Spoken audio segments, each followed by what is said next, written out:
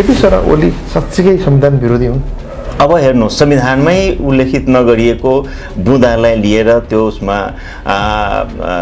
उहाँले जुन दुई पटक प्रयास गर्नुभयो के अरे संसद विघटन गर्नलाई, त्यो भनेको के आधारमा थियो?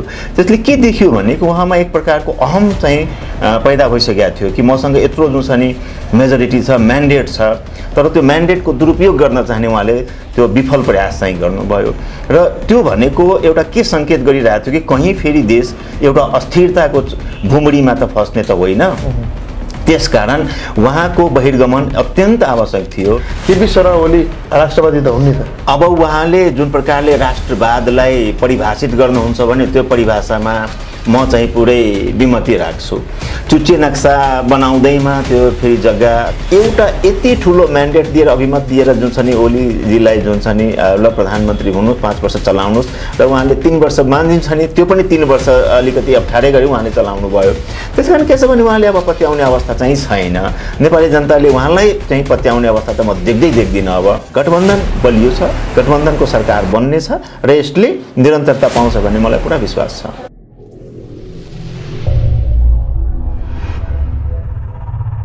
दर्शक वृन्द नमस्कार, धेरै धेरै स्वागत छ। म सन्तोष देउजा। मङ्सिर 4 गते अब केही दिन बाँकी छ र मौन अवधि सुरु हुन केही घन्टा मात्रै बाँकी छ। दर्शक वृन्द, अब जनता मतदान गरेर आफ्नो प्रतिनिधि चयन गरेको लागि आतुर छन्। खास गरी नेपालमा अहिले कांग्रेस, माओवादी, जनमोर्चा, समाजवादी, लोकसभाको एउटा गठबन्धन छ भने केही ठाउँमा नेकपा एमाले र राप्रपा बीचमा, सँगसँगै जसपा बीचमा गठबन्धन छ। हेर्दाखेरि यी दुवै गठबन्धनको प्रकृति र स्वार्थ भने भिन्नै छन्। दर्शकवृन्द, के मङ्सिर 4 गते गठबन्धनलाई, जुन कांग्रेस नेतृत्वको गठबन्धनलाई जनताले मन पराउनेछन् र अत्याधिक मत दिएर बहुमत दिनेछन्, अथवा केपी शर्मा ओलीले भने जस्तै ओली सरकार आउनेछ? आउनुहोस्, यति बेला म कुराकानी गर्दैछु नेपाली कांग्रेस प्रचार प्रसार समितिका सदस्य गोपाल कुमार झासँग। नमस्कार। नमस्कार, धन्यवाद। अब मौन अवधि सुरु हुन केही घन्टा मात्रै बाँकी छ। गठबन्धनको यति धेरै तपाईँको जालझेल र यति धेरै तपाईँको चाहिँ कन्फ्युजन छ पब्लिकमा कि हामीले मत कसलाई दिने, हामीले मत कसरी हाल्ने पनि पब्लिकमा अझै पनि एक किसिमको चाहिँ त्यो कन्फ्युजन छ। तपाईँहरूले चाहिँ मतदान गर्नको लागि जनतालाई सिकाउनु भयो, तपाईँहरूको कार्यकर्तालाई सिकाउनु भयो? यस्तो छ। धन्यवाद सन्तोषजी प्रश्नको लागि। सबैभन्दा पहिले त म एउटा कुरा के भन्न चाहन्छु भने कि यो गठबन्धनको बारेमा खास गरेर अहिले नेपाली कांग्रेस नेतृत्वको लोकतान्त्रिक वाम गठबन्धनको बारेमा जुन भन्नुभयो कन्फ्युजन छ, एउटा संशय छ, त्यस्तो खासै चाहिँ छैन। नेपाली जनताले को यो पहिलोचोटि मात्र भोट हाल्न लागेका होइनन् पनि र एक गठबन्धन भनेको यो पहिलोचोटि मात्र भएको पनि होइन। स्थानीय तहको निर्वाचनमा तपाईँहरूले अपेक्षा गरे अनुसारको त मत जाहेर भएन नि? यस्तो भयो, त्यति बेला पनि यो पहिलो धेरै मत बदर भयो। त्यो पहिला पनि मत बदर चाहिँ भएको हो। त्यसमा चाहिँ एउटा त्यो अलगै एउटा पाटो हो उसको इलेक्सन के अरे मतदानको। तर के हुन्छ भने सकेसम्म जति कम बदर मत भयो भने त्यो त्यति चाहिँ पार्टीहरूको लागि चाहिँ त्यो राम्रो कुरा हो। र तथापि पनि गठबन्धनको सरकार भइसकेपछि यो झन्डै 18 महिनामा जुन स्थिरता देखायो यो वाम लोकतान्त्रिक गठबन्धनले, राष्ट्रपतिको जुन छ नि एउटा स्थायित्व चाहिँ चाहिन्छ र स्थायित्वले नै के गर्न सकिन्छ, अब चाहिँ त्यो प्रोस्पेरिटीको लागि जुन छ नि अगाडि बढ्न सक्छ, समुन्नत नेपालको एउटा कल्पना गर्न सकिन्छ भन्ने कुरा यो अब चाहिँ भनिराख्नुपर्ने चाहिँ छैन। त्यसको लागि स्थिरता नै चाहिन्छ। त्यसकारण यो नेपालको आफ्नै परिस्थितिमा माटोले एउटा उब्जाएको प्रश्नको जवाब हो लोकतान्त्रिक वाम चाहिँ गठबन्धन। त्यसकारण के छ भने यसलाई अन्यथा पनि लिनु हुँदैन र यसमा मतदान गर्नलाई जुन एउटा भर्खरै भनौँ अब 3-4 महिना अगाडिको जुन स्थानीय स्तरको जुन छ नि चुनाव चाहिँ भयो, त्यसमा मतदाताहरूले जुन एउटा गठबन्धनप्रति आफ्नो आस्था देखाए त्यसको परिणाम चाहिँ बुझिसकेपछि कस्तो लाग्छ भने कि अबको आउने यो 4 गतेको चुनावमा पनि मङ्सिर 4 गतेको चुनावमा पनि मतदाताहरूले त्यही अनुसारको मतदान चाहिँ गर्नुहुनेछ र गठबन्धनले आपसमा अन्तर्घात हुँदैन अत्यन्तै यो न्यून सम्भावना चाहिँ म देख्दछु किनभने अन्तर्घात भनेको के अन्तर्घात भनेको आत्महत्या गरे सरह त हो नि हैन एकातिर लोकतन्त्रको पृष्ठपोषक चाहिँ हुने देशको के रे उन्नतिको कुरा चाहिँ गर्ने र भोट चाहिँ दिने बेलामा चाहिँ त्यो के रे अन्तर्घात गर्ने भनेको त्यो त आत्महत्या गरे सरह जस्तै हुन्छ र त्यति चाहिँ त्यो स्तरमा गएर हाम्रा नेताहरूले त्यस्तो चाहिँ अन्तर्घात गर्नुहुन्छ भन्ने मलाई त्यस्तो लाग्दैन तर तथापि पनि एक दुईवटा स्थानमा त्यो नहोला भन्ने भन्न सकिँदैन तर त्यति त्यो प्रभाव चाहिँ पर्दैन भनेको तपाईले चाहे जतिको परिणाम हासिल हुन सक्छ हामीलाई त एकदम पुरा विश्वास छ किन जुन प्रकारले हामीले प्रचार प्रसार समिति का जुन छ नि हाम्रो सम्पूर्ण सदस्यहरू र हाम्रो अन्तर पार्टी पनि एउटा समन्वय चाहिँ समिति त छ नि त त्यसमा जुन काम चाहिँ भइरहेको छ हामीले जुन प्रकारले एउटा ग्रासरुट लेभलमा जुन मेहनत गरेका छौं र मतदाताहरूको घर घरमा गएर देलो देलोमा गएर जुन एउटा सिकाउने प्रयास गरेका छौं त्यसको परिणाम त सुखद आउँछ भन्ने हामीलाई पुरा विश्वास छ तथापि हामीले गरेका कामहरूको बारेमा पनि मतदाताहरूलाई यसपालि हामीले राम्रोसँग चाहिँ बुझाउन सफल भएका छौं कतिपय अब खास गरेर एउटा यस्तो पनि जमात छ जसले के भन्छ भने देशमा केही पनि गरेनन् यो झन्डै 31 वर्षको समयमा 2047 सालपछि तर वास्तवमा त्यो भन्ने चाहिँ ठाउँ चाहिँ छैन हैन देशले त धेरै नै आफ्नो चाहिँ एउटा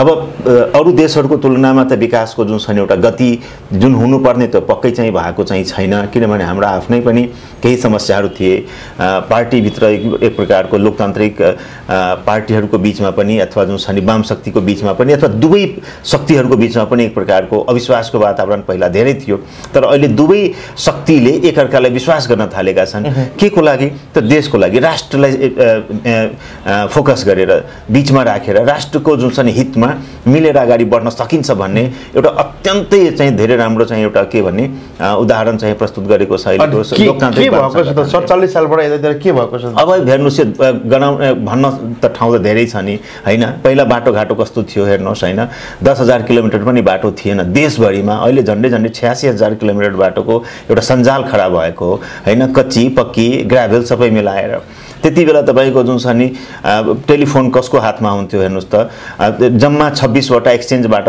झन्डै 5-7,000 टेलिफोन चाहिँ त्यो देशभरिमा थियो अहिले प्रत्येक नेपालीले को हातमा तपाईको टेलिफोन छ यो संसारमा पनि देशले चाहिँ फड्को मारेको छ देशले मात्रै होइन यो त विश्वले नै फड्को तर के छ आखिर पार्टीको पोलिसीले त विश्वमा त धेरै यस्ता देशहरू छन् नि कि जसले त्यसको पार्टीका जुन छ नि के त्यसको जुन छ नि योजनै बनाएको हुँदैन कि यो चाहिँ खुला गर्नुपर्छ तर एउटा पार्टीको पोलिसीले गर्दा यस्तो भएको त्यो नीतिले गर्दा यस्तो हातमा टेलिफोन आएको हो इन्टरनेट भएको हो र त्यसपछि तपाईको कम्युनिकेसनको त कुरै नगरौं तर अर्को कुरा पनि हेर्दाखेरि तपाईको बाटोघाटो पनि बनि नै रहेको हो यसो हेर्दाखेरि यसमा गर्नुपर्ने ठाउँहरू पनि धेरै छन् हैन आर्थिक उन्नति गर्नुपर्ने ठाउँहरू पनि धेरै छन् तर के छ भन्ने देशले त एउटा के छ भने संक्रमणकालीन अवस्थाबाट पनि फेरि गुज्रियो नि त 52 सालपछि त 62 सम्म 2062 सम्म त्यो 10 वर्षमा पनि त केही पनि खासै भएन तर यो देशको त्यो भौतिक पूर्वाधारमा चाहिँ त्यो एउटा चाहिँ त्यो अडचन चाहिँ उत्पन्न चाहिँ भयो तर बाँकी कुरा त एकदमै भयो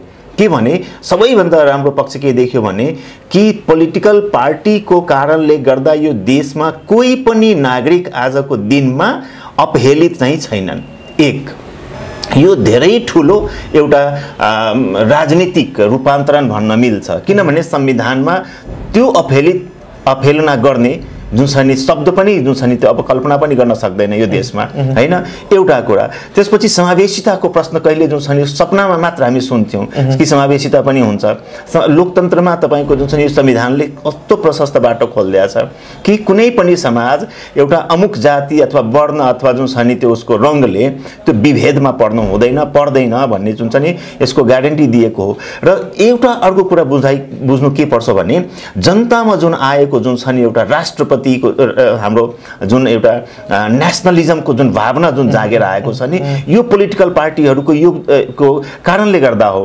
पोलिटिकल पार्टीहरूले राजनीतिक के अरे आफ्नो जुन चाहिँ एजेन्डा लिएर जब गाउँ गाउँमा गए, व्यक्ति व्यक्तिमा जुन चाहिँ संवाद भइसकेपछि त्यो जुन एक प्रकारको चेतनाको स्तर जुन बढाएको छ नि हामी नेपालीहरूमा, त्यो भनेको अत्यन्तै सुखद पक्ष हो। त्यसकारण केही पनि भएन, केही पनि गर्न सकेन भन्ने जुन छ नि, गर्न सकेनन् भने यी लिडरहरूले भन्ने भनेको त्यो पुरै सरासर गलत हो। निराशा हुनुपर्ने स्थिति छैन, निराशा नै हुनुपर्ने अब स्थिति चाहिँ छँदै छैन, किनभने देशले त आफ्नो एउटा बाटो त लिइसकेको छ नि। अब यसको गति मात्र बढाउने हो। देशमा गति बढाउन सकेपछि त के हुन्छ भन्ने देशले त कल्टे फेरिहाल्छ नि। जस्तो म तपाईँलाई अहिले रोक्न चाहन्छु, तपाईँहरूले खास गरी अहिलेको गठबन्धन लोकतान्त्रिक वाम गठबन्धनको एउटै एजेन्डा, प्रमुख एजेन्डा के छ भने संविधानको रक्षा।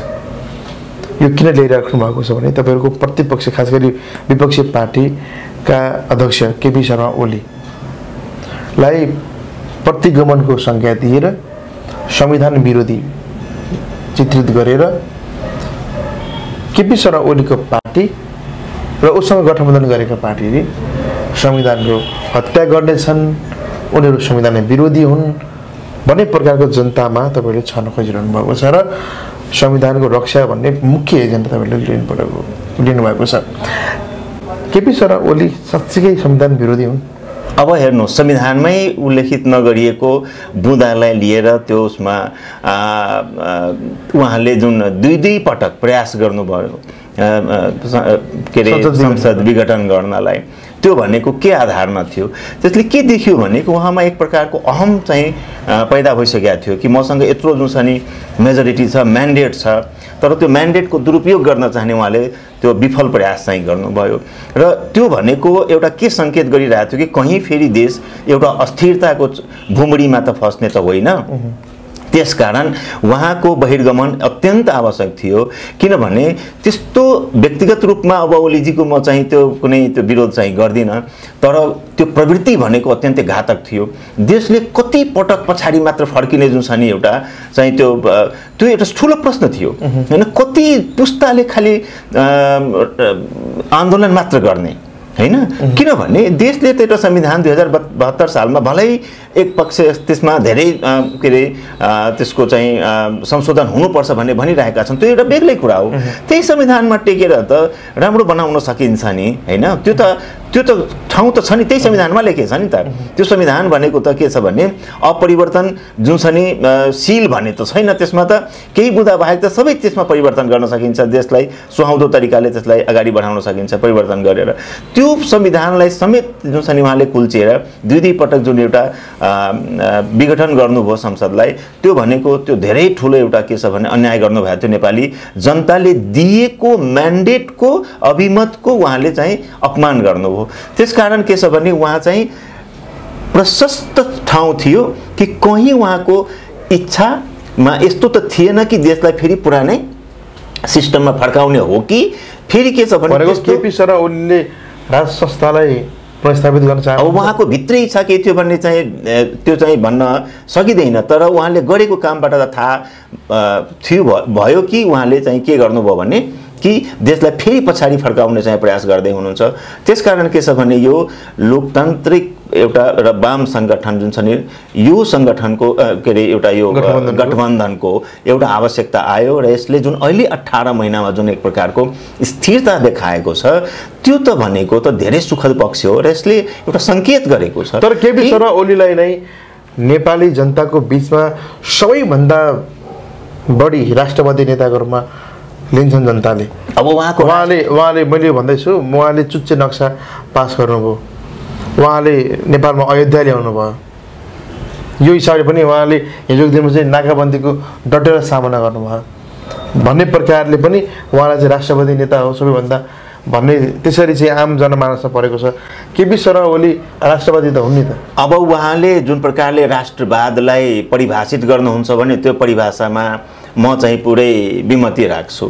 चुच्चे नक्सा बनाउँदैमा त्यो फेरि जग्गा अथवा जुन छ नि त्यो फिर्ता आउने हुन् भन्ने पनि त्यो कुरा भनेको जबसम्म आउँदैन तबसम्म त उहाँको त्यो कार्य चाहिँ एकदमै सफल एउटा कदम थियो भन्ने कसरी भन्ने। तथापि पनि उहाँले जुन प्रकारले आफूलाई एउटा राष्ट्रवादी नेताको रूपमा चाहिँ प्रस्तुत गर्नुभएको धेरै ठाउँमा उहाँले अराष्ट्रिय काम पनि गर्नुभएको प्रशस्तै जुन छ नि ठाउँहरू त छ नि त जस्तो भन्नुहोस् हैन। उहाँले वास्तवमा भनेको जुन छ नि जनतालाई के छ भने एउटा जुन प्रकारले जनतालाई दिनुपर्ने जुन मुद्दामा जानुपर्ने हो त्यो त राष्ट्रवादको जुन छ नि मूल मन्त्र के हुन्छ भने कि आम जनताको पेट भर्या छ कि छैन, आम जनताले नुन पाएको छ कि छैन, आम जनताले इलाज पाएको छैन, उपचार पाएको छ कि छैन, आम जनताको छोराछोरीले पढ्न पाएको छ कि छैन, यस्तो मुद्दाहरूलाई उहाँले थाती राखेर जो राष्ट्रवादसँग उहाँले चेली बेटी बेचबिखनको मुद्दालाई जुन छ नि त्यो बेचबिखनको प्रक्रियालाई रोक्न सक्नु भएको छ कि छैन, यी सब कुराहरूलाई उहाँले जुन छ नि थाती राखेर एउटा नक्सा जुन छ नि एउटा देखाएर जुन छ नि उहाँले त्यो एउटा पब्लिक सेन्टिमेन्ट क्याच गर्न खोज्नु भएको मात्रै हो जसको कुनै तात्विक अर्थ चाहिँ राख्दैन। उहाँले गर्नु के पर्थ्यो भने प्रत्येक नागरिकको जुन छ नि बेसिक एउटा जुन छ नि अत्यन्तै तल्लो तबकाका के अरे जनताहरूको हकमा पनि उहाँले यति राम्रो काम गरेर उसको चाहिँ बच्चाहरूको पढाइ, उसको उपचार, उसको तपाईँको के छ भने दैनिकीको जुन छ नि कुरालाई उहाँले समेटेर अगाडि बढाउन चाहनु भएको भए त्यो राष्ट्रवाद त्यहाँबाट आउँछ। जनता खुसी भयो भने त्यो अटोमेटिकली त्यो राष्ट्रवाद के हुन्छ भने प्रस्फुटित हुन्छ। त्यसकारण उहाँको जुन एउटा परिभाषा छ नि राष्ट्रवादको र अहिले चुच्चे नक्सासँग जोड्नु भएको जुन राष्ट्रवाद छ नि त्यो राष्ट्रवाद कहीँ पनि मेल खाँदैन। एउटा राष्ट्र कसरी एउटा जनता कसरी राष्ट्रवादी आफ्नो राष्ट्रप्रति माया गर्छ किनभने उसले त्यो राष्ट्रले उसलाई धेरै कुरा दिइरहेको हुन्छ हैन। जबसम्म त्यो उसले प्राप्त गर्दैन नि तबसम्म उ त्यो राष्ट्रवादको कुरा गरेर खोक्रो राष्ट्रवादको कुरा गरेर त्यो के कुरा गर्न सक्छन्? त्यो केही पनि भनेको छिमेकीहरूलाई गाली गरेर राष्ट्रवादी बन्न सकिँदैन, त्यो हुँदैन। छिमेकीलाई चिडाएर राष्ट्रवादी बन्न सकिँदैन। त्यो पनि 21औं शताब्दीमा तपाईको दुईटा जुन छिमेकी जुन ती जुन छ नि तपाईको विकास गरिरहेको छ, यति तपाईको गतिशील छ, त्यो छिमेकीहरूसँग तपाईँ त के छ ठिक छ त्यो पनि एउटा बोर्डरको इस्यु छ तपाईको भारतसँगको खास गरेर चीनसँग पनि देखिएको पनि हो र यी चाहिँ अब बोर्डर इस्यु त छिमेकीसँग भएन भन्ने कोसँग हुन्छ त?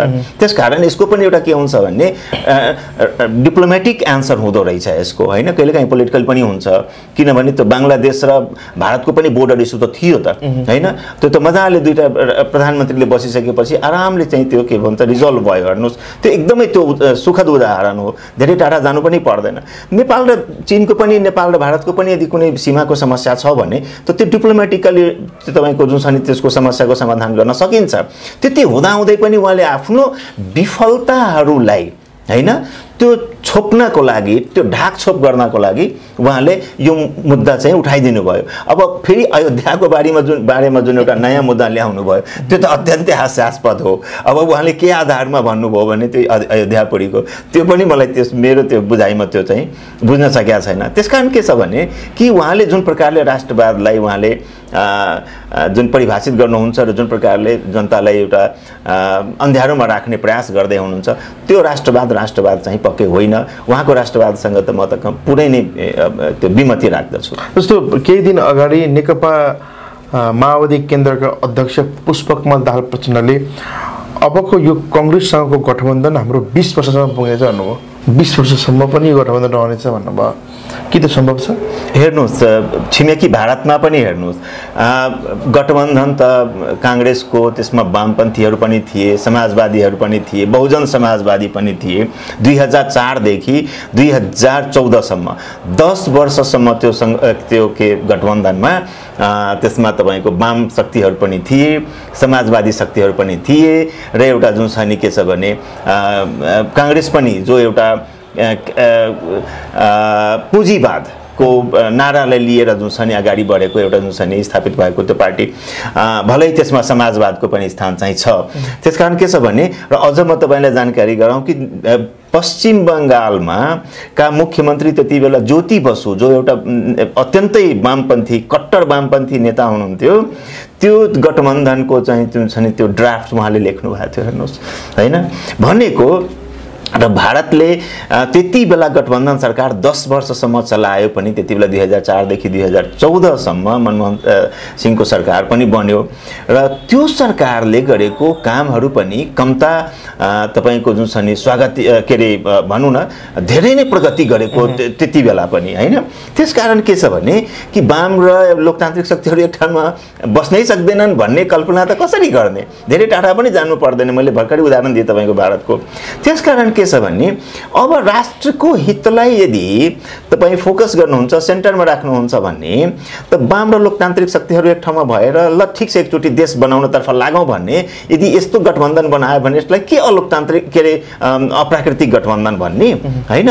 त्यसकारण यसलाई राम्रोसँग बुझेर यदि देशलाई नै केन्द्रमा राखेर यदि यो गठबन्धन अगाडि बढ्न सक्छ भने त भोलि जनताले भोट दिन्छ नि त हैन। यो जान पनि सक्छ, 2 कार्यकाल 3 कार्यकालसम्म मजाले जान सक्छ, यसलाई जान पनि दिनु पनि पर्छ, यसरी पनि लिन सक्छौँ नि हामी। मङ्सिर 4 को निर्वाचनमा गठबन्धनले बहुमत प्राप्त गर्छ मलाई पुरा विश्वास छ, मलाई पुरा विश्वास छ। एउटा त कुरा के छ भने कि हेर्नुस् एमालेको एक तबका पनि चोइटिएर त्यहाँबाट जुन छ नि निसिसकेको अवस्था छ हैन, गठबन्धनमा आइसकेको छ हेर्नुस्। त्यसकारण एमालेको संगठनको पनि कमजोर भएकै हो, एक आधार त त्यही नै हो।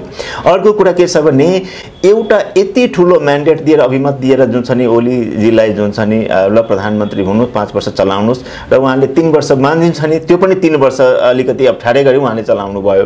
त्यसकारण के छ भने उहाँले अब पत्याउने अवस्था चाहिँ छैन। नेपाली जनताले उहाँलाई चाहिँ पत्याउने अवस्था त म देख्दिनँ अब हैन। तेस्रो आधार एउटा के छ भने कि यो 18 महिनामा भएको स्थिरताले गर्दा नेपाली कांग्रेसको नेतृत्वमा जुन अहिले गठबन्धनको सरकार छ तपाईको, यसले एउटा राम्रो संकेत दिएको र यो नेपाली जनताले बुझेका छन्। तपाई आफै हेर्नुस् त यो 18 महिनामा अलिकति स्थिरता हुँदाखेरि, राम्रोसँग सोचबुझका साथ चलाउँदाखेरि हामीले निर्यात गर्न सक्ने अवस्थामा जुन छ नि एउटा जुन भनिरहेको थियौँ आज वर्षौंदेखि हाम्रो सपना थियो कि हामी विद्युत चाहिँ मजाले निर्यात गर्छौं र त्यसबाट आय आर्जन गर्न सक्छौं भन्ने कुरा यो थोरै पनि राम्रो भए पनि के छ भने 10 अर्बको विद्युत पनि निर्यात गरेर पनि यसले त राम्रो एउटा चाहिँ संकेत गरेको छ नि कि देशलाई यदि स्थिरता दिने हो भने यो एउटा राम्रो के छ भने आर्थिक प्रगतितर्फ उन्नतितर्फ चाहिँ लम्कन सक्छ, अगाडि बढ्न सक्छ र यसले आफ्नै के छ भने आय आर्जन गरेर आफ्नो जनतालाई एउटा सुखी राख्न सक्छ भन्ने त यो त राम्रो सुखद सन्देश दिएको हो नि यो गठबन्धनले। त्यसकारण के छ भने पछाडी फर्किनु त कुनै ठाउँै छैन अब हैन। गठबन्धन बलियो छ, गठबन्धनको सरकार बन्ने छ र यसले निरन्तरता पाउँछ भन्ने मलाई पुरा विश्वास छ।